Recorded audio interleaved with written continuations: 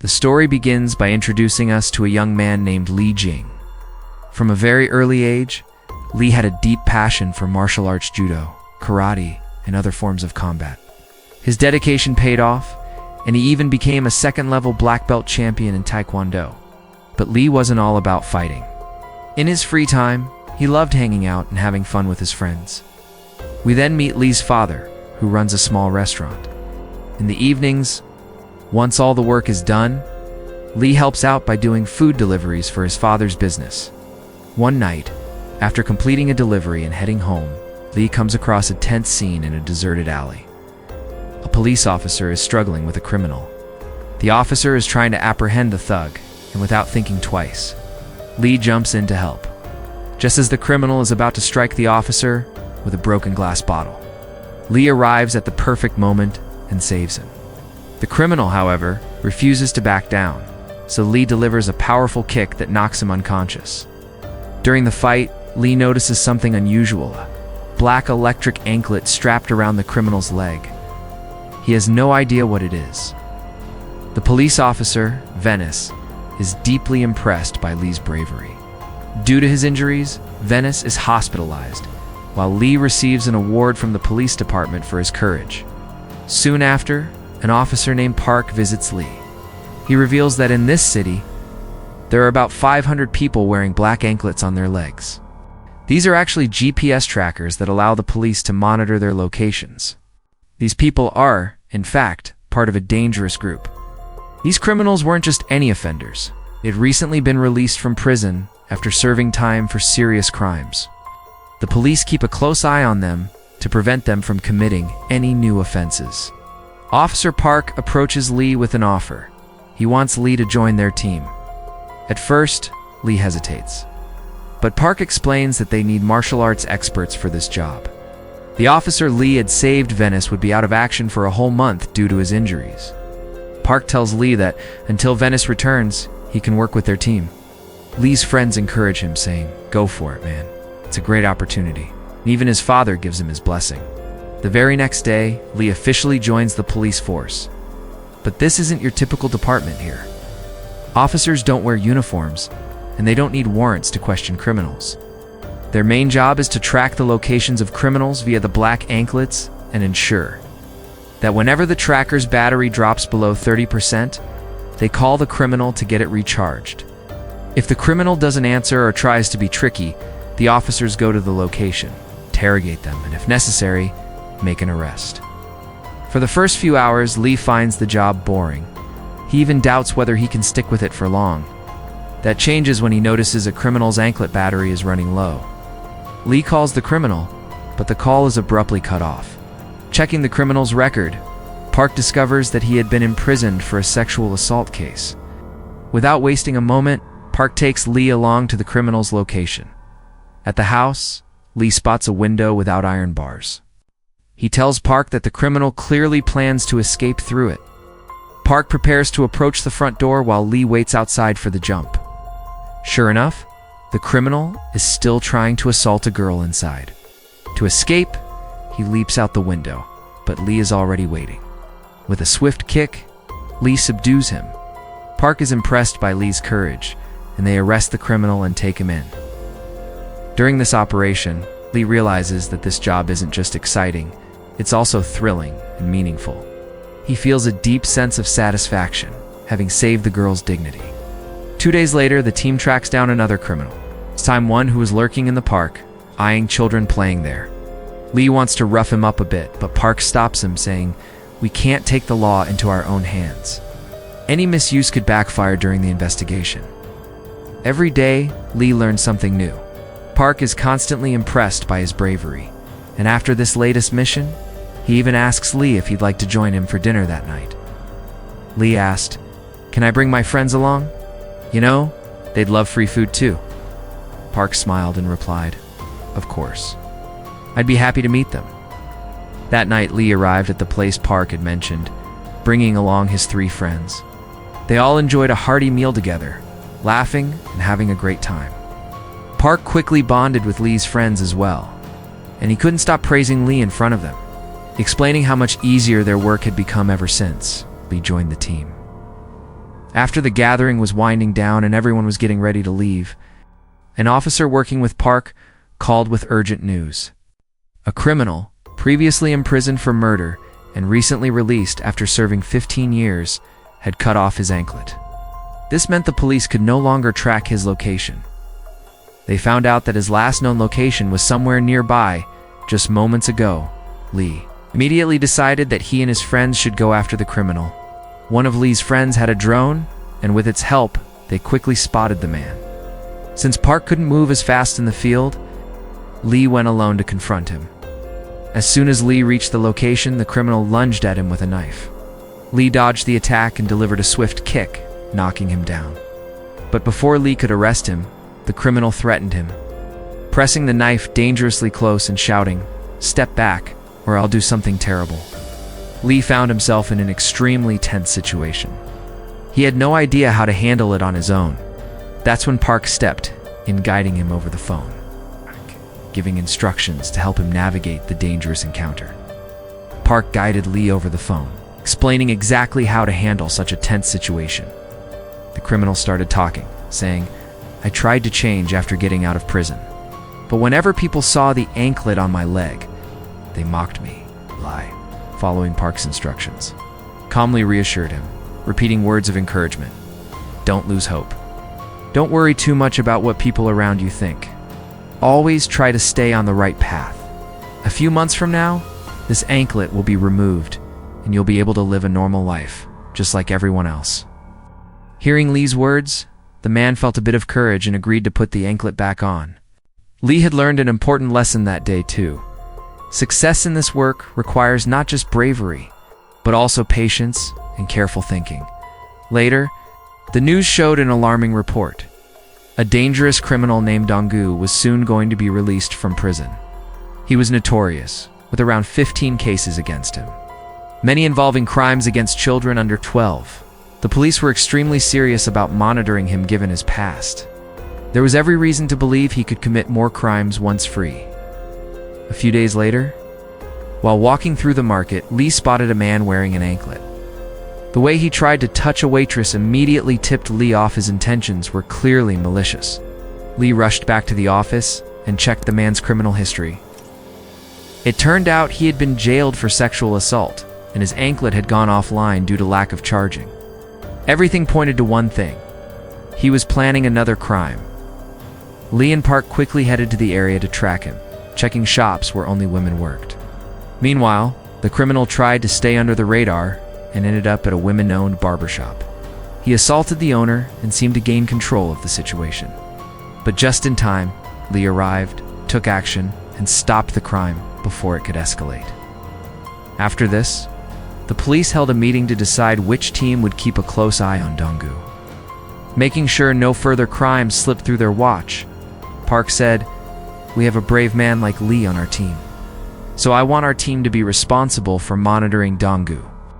When Lee met Park after that, he told him, "I really enjoy this work, and I want to do it forever." Hearing this, Park was genuinely pleased. Soon, the day arrived when Donggu, the dangerous criminal, was to be released from prison. Lee and Park went to the jail to meet him and fit the black anklet device on his legs. After securing the device, a police team escorted Donggu to his home. Outside, there were intense protests against his release. People shouted, demanding justice, some even saying he deserved the death penalty. Still, the police completed their job and left Donggu at his home, leaving Lee and his team with the biggest challenge yet, keeping a close eye on him that night. One of Donggu's old friends, hiding from the authorities, came to meet him. They went up to the rooftop of a building to talk. From their conversation, it was clear both were furious at the police because of the anklet monitoring system. The friend's name was Roger, and he had shared a prison cell with Donggu a few years back. Roger asked, "Did you think about the offer I sent you in that letter?" Donggu admitted, "I want to do it, but this anklet makes me a little scared." Roger reassured him, "Don't worry about the cops. We'll handle them." 2 days later, Lee spotted Donggu leaving his house and heading toward an upscale area. The building Donggu entered also housed a coaching class for young children, so Lee immediately followed him. Donggu went down to the basement and met Roger and his associates. it became clear what they were planning. The two men were involved in a horrifying scheme, making illicit videos of children and uploading them to the dark web. They wanted Donggu to join them, promising him a huge sum of money for each video and, disturbingly, Donggu seemed to enjoy the work. Without hesitation, he agreed to their offer. Lee had followed them this far. But the people were sitting in a car with tinted windows, making it impossible to see inside. Lee carefully noted the vehicle's number plate and left the scene. He then called Park to report that he hadn't been able to reach Donggu. Park immediately called Donggu and asked, "Where are you right now?" Donggu claimed, "I wasn't doing anything. I just came here to eat some noodles." But by then, Lee had already spotted him. Before Lee could reach him, Donggu had slipped into a Thai restaurant and quietly taken a seat. Donggu clearly knew he was being watched, and this time, he had successfully managed to fool the police. In the next scene, we see Lee and Park back in their office. Lee says, "There are plenty of Thai restaurants around Donggu's house, so why did he go all the way over there just to eat noodles?" Clearly, there was another reason he wanted to get inside that building. Meanwhile, the injured officer whose life Lee had saved earlier, Venice, has finally been discharged from the hospital. He thanks Lee for saving him and gifts him a pair of gloves as a token of appreciation. With Venice back, their team becomes even stronger. The next day, a young girl, around 10 or 11 years old, is kidnapped while playing. At the same time, Roger, Donggu's friend, shows him the location where they plan to shoot their videos. The police keep a close watch on the site. Later that night, Donggu leaves his house again, and Lee silently follows him. Meanwhile, the officers get intel about another criminal whose location has changed, and whose anklet battery is below 30%. Venice calls to interrogate him, but the criminal refuses to answer properly, speaking nonsense before hanging up. Park and Venice decide to track him in person, following his last known location. But what they don't realize is that this is all part of a trap set by these gangsters. The criminal, Meinel, showed up with a large group of thugs, and a massive fight broke out. At the same time, Donggu had set up a clever trap to catch Lee, and as Lee chased him, he fell right into it. Roger's men were already waiting, ready to take Lee down. Seeing this, Donggu quickly slipped away. Although the thugs greatly outnumbered him, Lee's combat skills were no joke. Even when they all attacked together, they couldn't overpower him. Lee fought back fiercely, taking down every single thug with precision. Meanwhile, Park and Venice were in serious trouble. They bravely tried to hold off the gang, but eventually, the numbers began to overwhelm them. Still, they managed to take out most of the attackers, though both ended up badly injured in the process, back on the other side, after defeating all the thugs. Lee continued his pursuit of Donggu and finally reached the location where they planned to shoot the illicit videos. As he entered the basement, he heard the terrified screams of a young girl. Lee immediately knew that the disgusting Donggu must be there, despite repeated attempts. The door wouldn't open, so Lee broke a window and climbed inside. Donggu was there with his friend Roger. Lee confronted them and began fighting both mercilessly. However, as a police officer, Lee had certain limits. He couldn't kill them. Taking advantage of this restriction, the criminals attacked Lee with knives. In the intense fight, Lee was badly wounded while trying to subdue them. Just then, he spotted the perfect opportunity. Roger took the opportunity to escape, but Donggu was still moving toward the young girl. Lee fought him fiercely, landing blow after blow. But Donggu struck back with his knife, seriously injuring Lee. Just then, the sound of police sirens blared in the distance. Panicked, Donggu fled to save his own life. Lee, risking everything, managed to rescue the girl, but due to his severe injuries, he had to spend the next few days in the hospital. Lee's father was heartbroken, seeing his son in such a state. He even regretted allowing him to take this dangerous job, thinking, "If only I hadn't agreed to let him do this."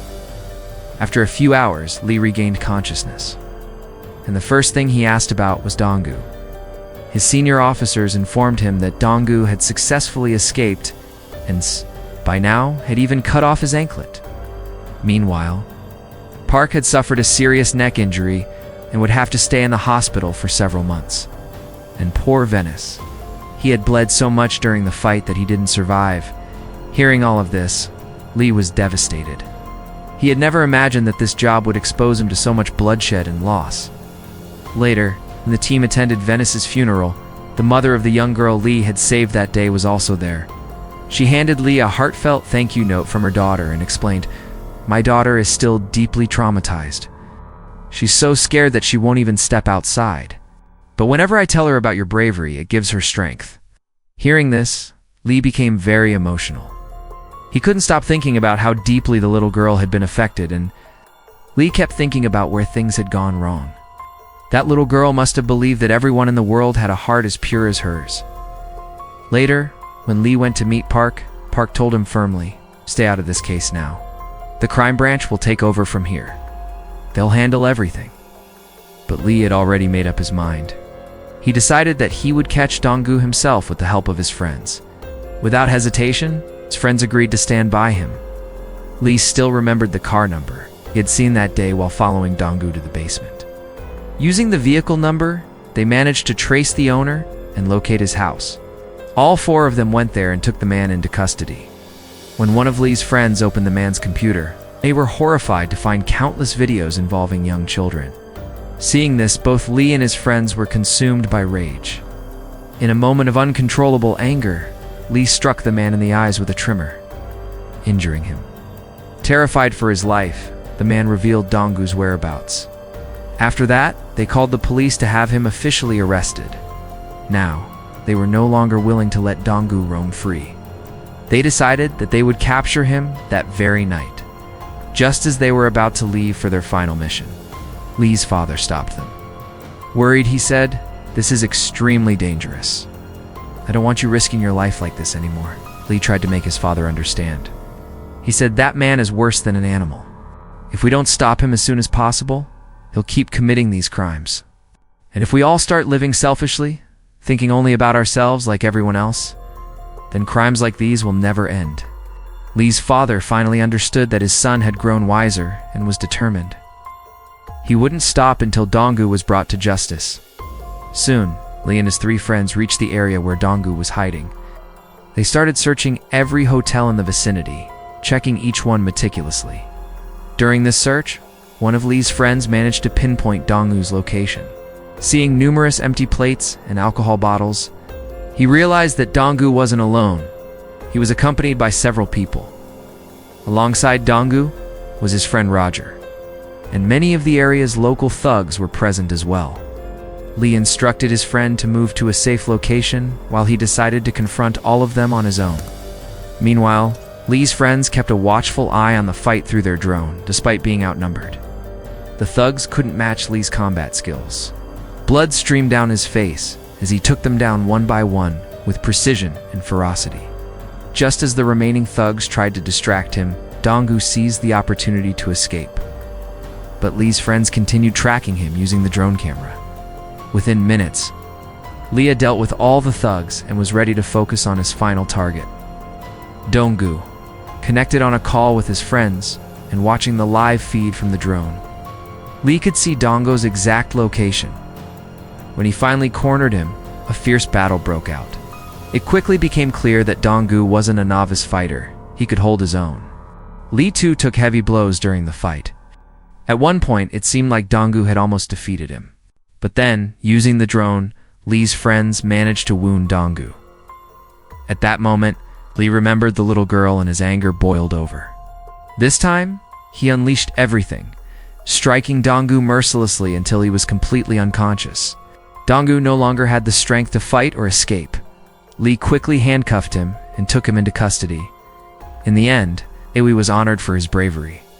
The little girl he had saved even came out of her home to congratulate him. She had finally started recovering from the trauma, and her face was filled with happiness once again. Lee realized something profound, that this was his true calling. Saving lives, fighting for justice, and protecting the innocent was what gave him real happiness. Nothing else could compare. If you enjoyed this breakdown, don't forget to like the video and subscribe to the channel. See you in the next one. And that wraps up today's story. Now we want to hear from you. Where are you watching from? Drop your city or country in the comments, and let's see how far these stories reach. If this story moved you or gave you chills, Give it a like, share, and subscribe for more powerful stories. One last thing, rate the story from 1 to 10 in the comments. Your feedback helps us bring you even better ones next time. Thanks for watching. We appreciate you being part of this storytelling journey.